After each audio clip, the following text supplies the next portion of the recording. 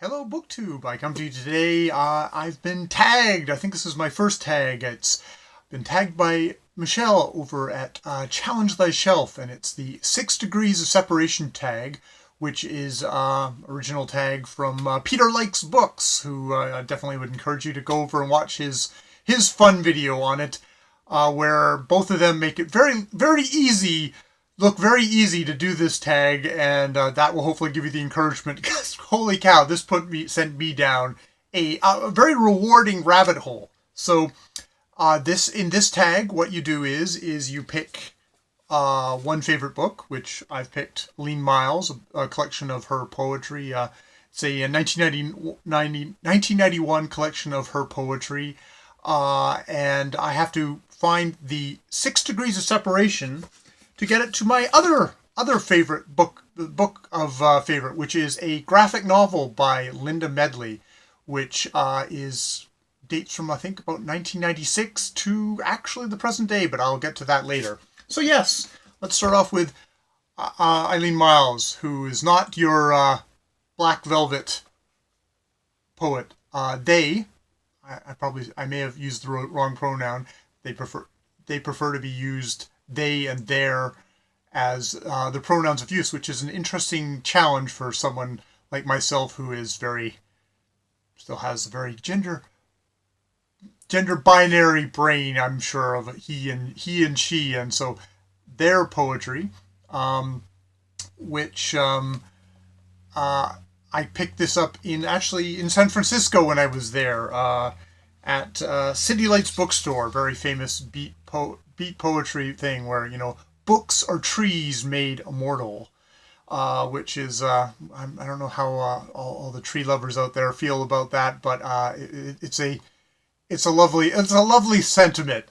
So yeah, this book here, Not Me, it features, it's one of our early collections of poetry. It's got all these, she's a very thin line kind of hushed, intimate poetry. It's very much kind of her own. It's got that intimate lyric voice. One of the more famous poems in this is the very first one, which is an American poem, and she's someone who grew up.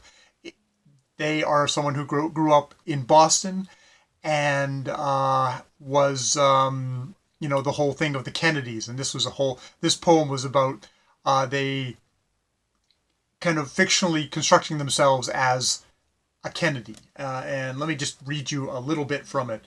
Am I the only homosexual in this room tonight? Am I the only one whose friends have died, are dying now, and my art can't be supported until it is gigantic, bigger than everyone else's, confirming the audience feelings that they are alone, that they alone are good, deserve to buy the tickets to see this act, are working, are healthy, should survive, are normal. And are you normal tonight? Everyone here, are we all normal? It is not normal for me to be a Kennedy, but I am no longer ashamed, no longer alone. I am not alone tonight because we are all Kennedys, and I am your president.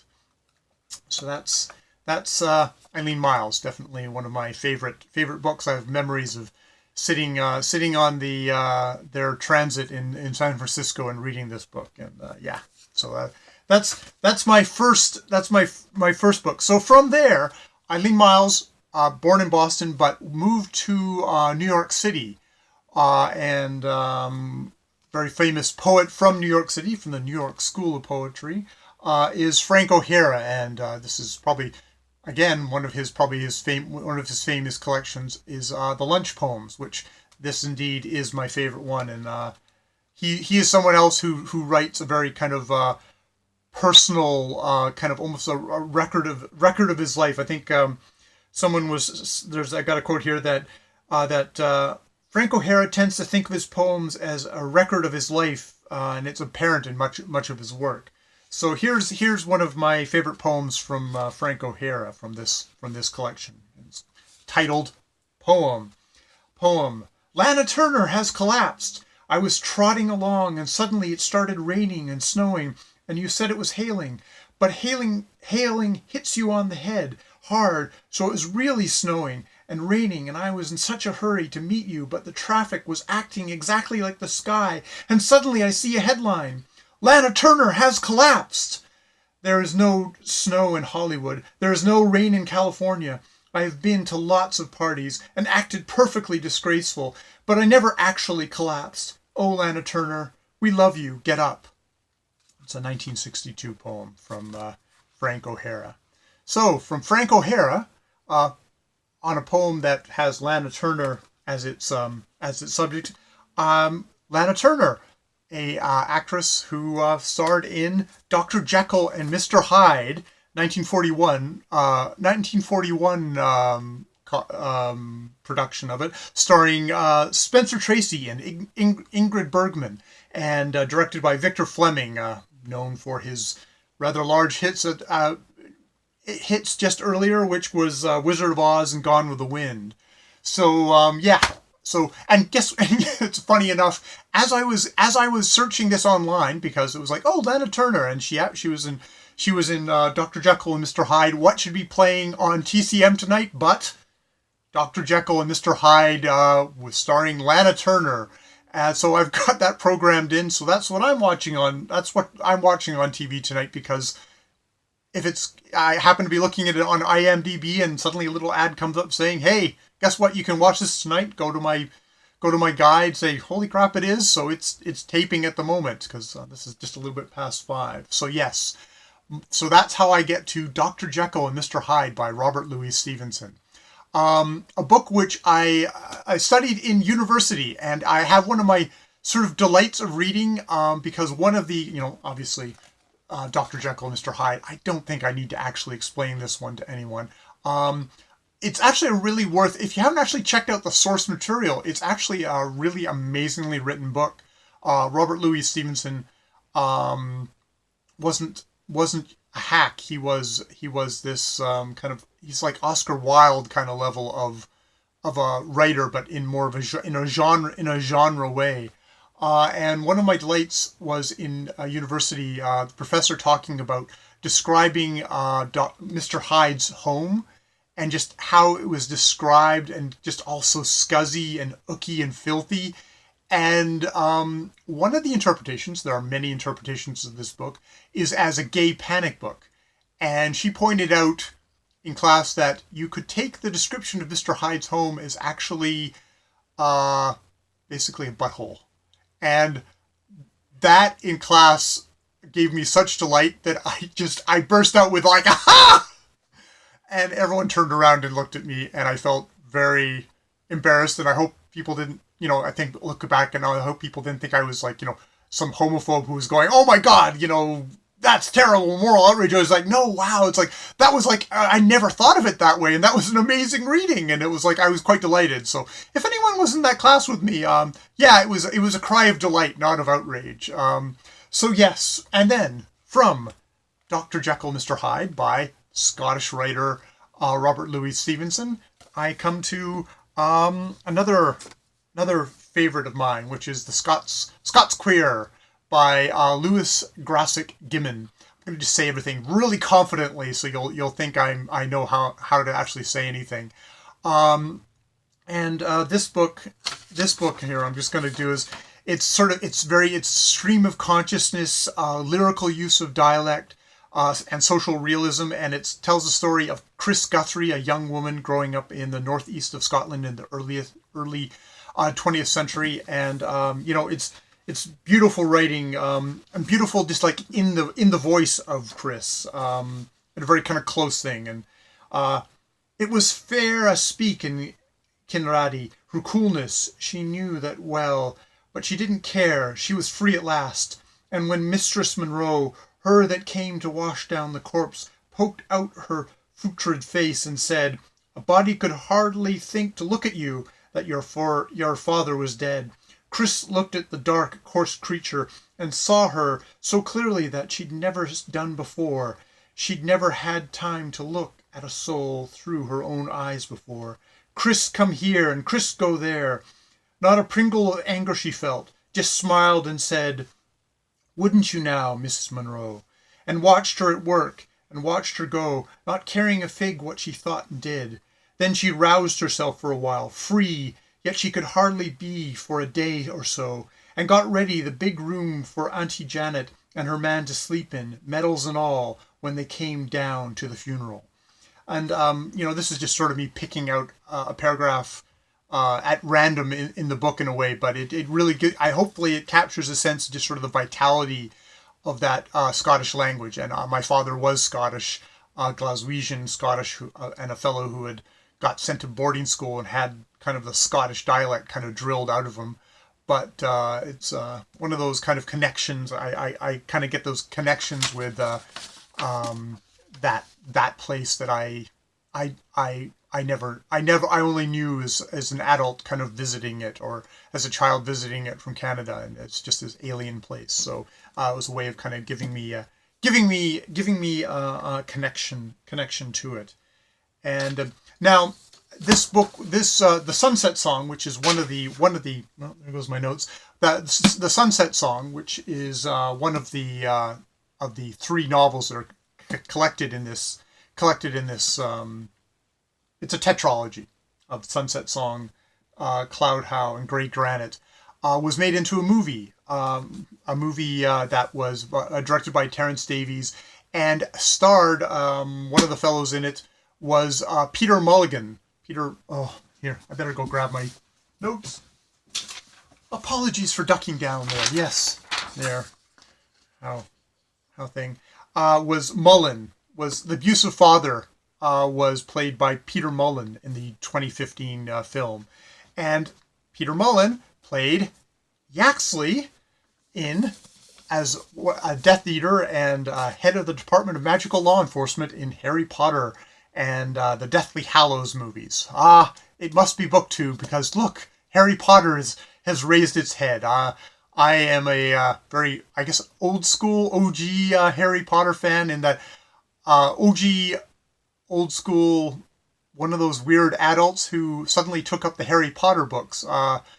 I was in the bookstore to pick up at midnight with my wife to pick up the third volume, and people were kind of looking at you strange, because this is just on the cusp of I guess Harry Potter starting to really gain speed and poke outside of the book world. But yes, so I'm probably not going to go on and on about Harry Potter. I enjoy the books. But yes, so Peter Mullen, he had a little bit role, as virtually every British thespian did in the Harry Potter movies, and that is my jump. That's my jump from the Scottish queer to this. And I think also J.K. Rowling lives in Scotland. Does she? I can't remember. Don't quote me on that. I'm sure there's all the Harry Potterites out there have her home address and everything. So yes, that's my connection to this book. Yeah, it's a fun series. I enjoy it. I haven't reread them in a long time. I think I read. I couldn't actually say whether I've read the last one twice or not. I may or may not have, which obviously disqualifies me from Harry Potter super fandom, which I'm okay with. So, and from there we go from fantasy for children to what perhaps is a inspiration for Harry Potter, which is Diane Wynne Jones. And actually, I have to say, for Diane Wynne Jones, I would have probably liked to had her books. Have her books, The Year of the Griffin and The Dark Lord of Durcombe, of these just wonderful, almost like campus novels of bizarrely in the midst of a children's fantasy. But I picked this one as well, The World of Crestomancy, A Charmed Life, where a couple of children go off to live in a castle and learn about magic. Though Diane Wynne Jones has a very different sensibility than J.K. Rowling. I like J.K. Rowling and her books, but you can see why they're sort of the mainstream thing, where Diane Wynne Jones is a much more odd writer, and delightfully odd, delightfully mature in her children's books, where you have very fully formed kind of adult three-dimensional characters. So she's probably best known for the Howl's Moving Castle, which is turned taken by Studio Ghibli and turned into this wonderful anime fiesta. I'm sure it was quite thing. She also wrote a book called The Tough Guide to Fantasy, which is sort of a parodic kind of tourist guidebook, which takes you through all the sort of tropes of fantasy stuff. And this was in like 1996, so probably again someone who's doing all this stuff before everyone else, and perhaps because of that isn't as well known. Though I'm sure Diane Wynne Jones is one of those well known names. So this one, which is Charmed Life. It's everybody says that Gwendolyn Chant is a gifted witch with astonishing powers, so it suits her enormously when she is taken to live in Crestomanci Castle. Her brother Eric, better known as Cat, is not so keen, for he has no talent for magic at all. However, life with a great enchanter in his family is not what either of them expects, and sparks soon begin to fly. So yes, that's how I get to there. And from there, because this book and probably more to do with my memories of the Year of Griffin and the Dark Lord of Dirkholm, which had literal griffins in it, and you get to kind of fantastical creatures, this is how I get all the way back to Castle Waiting by Linda Medley. Castle Waiting by Linda Medley opens with Sleeping Beauty has got her prince, and they buzz off. They leave the castle and they live happily ever after. And the castle is left, and there's still all these people here, all these various characters, and it's all about them. It's all about like little side characters, all the forgotten people in the book. But they're not really. They're not the kind of the cardboard cutout fairy tale characters. They're very much three-dimensional people with lives, with complications. I think there's Lady Jane, who was I'm trying to think now, was a nun with bearded nuns. It was just like all this delightful stuff. And there are these books where I was quite obsessed with this series. I collected all the comic books. I was really happy when it came out in a big book. And volume 2 came out, but there was some kind of confusion. Her name was taken off the book, and then there was a definitive version that was put forward a while later, but that seemed to be it. And I couldn't find anything about Linda Medley. And I was like, I'll pick this up today for this tag and say, okay, hey, I'll feature this book. And I started doing, okay, Google is my friend, Wikipedia, what do they all say? And a Patreon thing came up for Linda Medley, and she has a Patreon page, and she is getting funding. She's getting funding together because she's working on a volume 3 of Castle Waiting. And I think with Linda Medley, I'm rooting for her. I am signing up for a Patreon to support this book. She is an illustrator, and her pictures are just so lovely rendered. It's like they do seem like almost like every panel would make an illustration for a fairy tale book. But she's also got this amazing kind of discursive writing. It's like, it's not big adventures. It's all kind of daily life and all the little stories of everyone. And this is something that I'm probably I'm going to hunker down. I'm going to reread all these, and I'm going to just sort of make a video about these books, because I really, it's one of these things. I think I've been reading it since 1996 or pretty near to it. And it's always been one of these obsessions with mine. It's funny how you discover something and you treasure it. And, it's not like, I just came across the full complete series and I read it and then I forgot about it. It's like, no, I've been rooting for this creator, this artist all this time, and wondering, how are they now? And yes, she's had health problems and stuff like that. I'll go into that in a later video. But Castle Waiting, it's quite a magical work. And so that is how I go from Eileen Myles to Linda Medley. From poetry to a graphic novel, going through all my other books here, and I'm not going to hold them up because I'm probably gone super long. All I can say right now is this was a fun thing. I'm got a movie I'm going to be watching later, because of this tag, I've joined a Patreon to support a artist and a storyteller who I love and who I thought was sort of lost in the mist of time. And thanks to a little prompting thanks to Michelle, she prompted me, and I actually discovered, hey, Linda Medley is still going, still struggling along, and I get a chance to support her, whether stuff comes out of it or not. I get a chance to support her, and I really hope I'm rooting for her too. And I think that's half of the fun of, wow, I get to root for. I get to maybe actually, in a very humble, very small, because I'm a very humble and small pocketed fellow. I get to support somebody I love and maybe make a difference. And that's wow. That's a giant reward. So I thank you, Michelle. Thank you for tagging me, because unintended effects, and you gotta like that. So I guess all that's left is to tag people. If you've got a day to fall down a rabbit hole, I totally recommend this tag. Who knows? Maybe you'll have some of the little just kismet that happened to me on this one. So I think I'll go through my reads: Dane Reads, Catalyst Reads, Paul Reads, and also Peg the Book Prize Addict. I know that they're all people who've subscribed to my channel that have their own channels, produce their own videos. I know I've got other subscribers who don't, and hey, make videos, because it really is as simple as pointing a camera at yourself, trying to organize your thoughts. That is actually the tough part, and then ginning yourself up.